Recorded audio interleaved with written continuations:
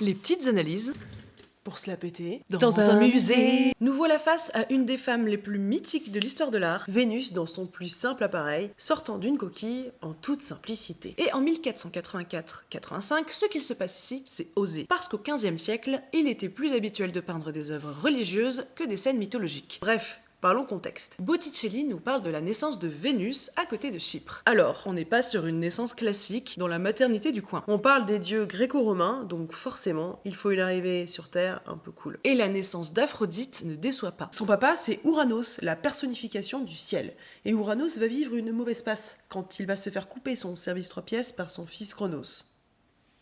Et Cronos, ayant choisi la violence ce jour-là, se décide à jeter le thermomètre à moustache dans la mer. On vous la fait courte, comme celle d'Ouranos du coup. De l'écume se forme et pouf, Aphrodite-Vénus débarque. Parlons composition. Le tableau se compose en 3 parties. Commençons par la gauche. Un couple enlacé en train de flotter dans les airs, les cheveux au vent. Voici Zéphyr accompagné de sa go Chloris. Zéphyr est la personnification du vent de l'ouest, d'où sa position sur la gauche du tableau et du fait qu'il souffle comme un acharné sur Vénus. C'est grâce à lui qu'elle peut atteindre le rivage. Et au centre, notre star, le cœur du tableau, Vénus. Elle est nue, dans une posture typique des sculptures de la Grèce antique, le contrapposto. Elle cache sa nudité d'un geste pudique qui représenterait l'innocence et la pureté. Mais est-ce vraiment de la pudeur? En cachant les choses, n'est-ce pas le moyen de les rendre encore plus attirantes? Si nous regardons bien, il y a quelques anomalies. Son cou et son bras gauche sont plus allongés. Pourtant, au premier regard, on ne le voit pas. Le caractère divin de Vénus est indéniable. Malgré les défauts, elle reste parfaite. Parlons symbole avec le coquillage. Il représente la fécondité, mais aussi les plaisirs de la chair. N'oublions pas comment sont formées les perles, après l'introduction d'un corps étranger dans la coquille. Pour finir, à droite, une jeune femme